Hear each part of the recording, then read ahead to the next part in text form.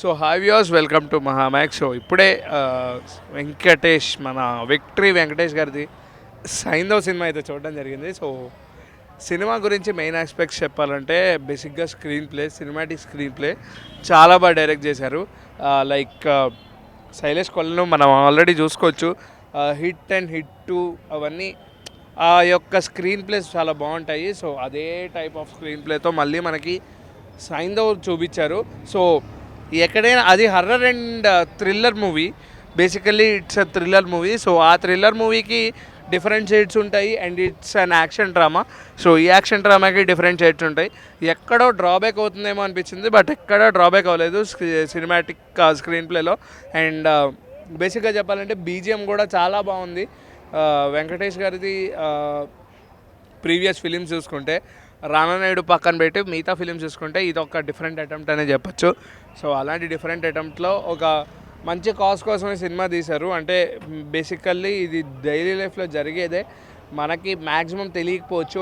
ఒక రేర్ కేసెస్లో దొరికే ఒక డిసీజ్ అండ్ ఆ రేర్ కేసులో దొరికే ఒక మాఫియా డీలింగ్స్ అండ్ ఆ రేర్ కేసులో దొరికే ఒక ఆ ఇంజెక్షన్ గురించి మనకి ఆల్రెడీ మనకి శైలేష్ కొల్లు గారు మెన్షన్ చేశారు. సో ఆ దాని మీద బేస్ అయి థీమే ఈ సైంధవ్. సో ఆ సినిమాని బాగానే తెరకెక్కించారు, బట్ సమ్ డ్రాబ్యాక్స్ ఉన్నాయి, ఫ్యూ డ్రాబ్యాక్స్. ఆ డ్రాబ్యాక్స్ వల్ల సినిమా కొంచెం లాగ్ అయింది అనిపించింది. సో అంతకుమించి వెంకటేష్ గారి ఎనర్జీ కూడా చాలా బాగుంది.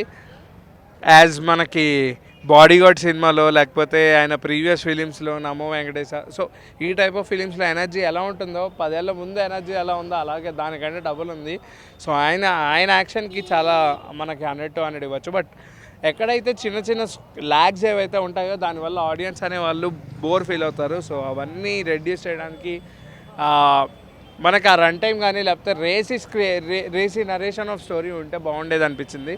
సో దాని మినహా సినిమా గురించి చెప్పాలంటే సినిమా ఓకే, సినిమా బాగానే ఉంది అని చెప్పచ్చు.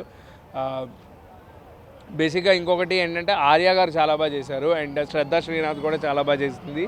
అండ్ దాని తర్వాత విలన్ క్యారెక్టర్స్ కూడా చాలా బాగున్నారు and Andrea also did a fantastic job.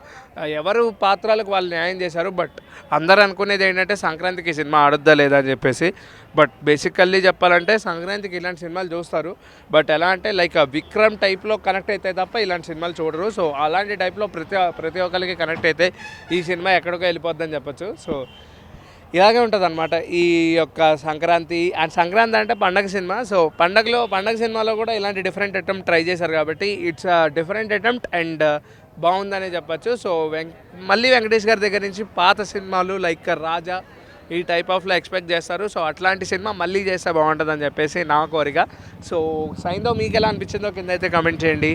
Thank you.